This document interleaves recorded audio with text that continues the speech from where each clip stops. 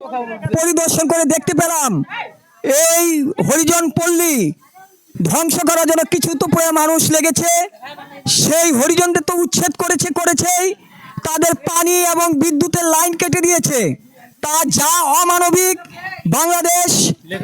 বাংলাদেশের রাষ্ট্রীয় সংবিধানে, এটা রাষ্ট্রীয় সংবিধান পরিপন্থী এবং সম্পূর্ণ মানবাধিকার লঙ্ঘন। একজন মানব হিসেবে যে তার সুযোগ সুবিধাটা পাওয়ার কথা ছিল সেটা থেকে বঞ্চিত হয়েছে, সেটা সম্পূর্ণরূপী মানবাধিকার লঙ্ঘন।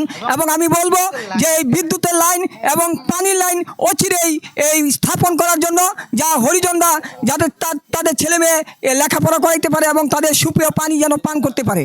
আমার বাসা ভেঙে দিতেছে, আমার খুব কষ্ট লাগতেছে। সামনের মাসে পরীক্ষা আছে, আবার আমাদের অনেক কষ্ট লাগতেছে। বাড়ি ভেঙে দিতেছে। হ্যাঁ, না ওই বিদ্যুৎ নাই, বাসায় গ্যাস নাই, কিমে পড়বো। আবার বিদ্যুৎও নাই, পড়তে পারতাছি না, চুলা জ্বলতেছে না, খাওয়া রান্না করতে পারতাছি না।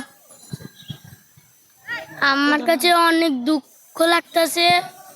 আর এবং এই যে ঘর বাড়ি ভাঙতেছে, আমরা থাকবো কই? আমরা বলতে চাচ্ছি আমাদের ঘর ভাঙবে না, আমাদের ঘর ফেরত দিয়ে দিতে। এখন আমরা মার্কেট বানাতে চাবো না। আর প্রধানমন্ত্রী আউয়াল বলতেছে এই জায়গা বলে 20 তলা বিল্ডিং বানাবো, লেকিন আমাদের বিল্ডিং চাই না।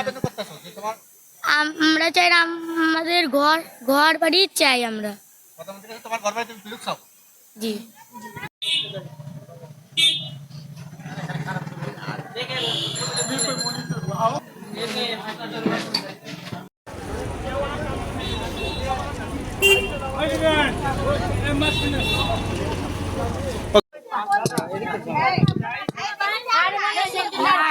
কেউ নাই, সব দিকে গেছে। আপনারা স্কুলে গেলে ভাঙা দিচ্ছে, আমরা কাপড় গুছাইবো।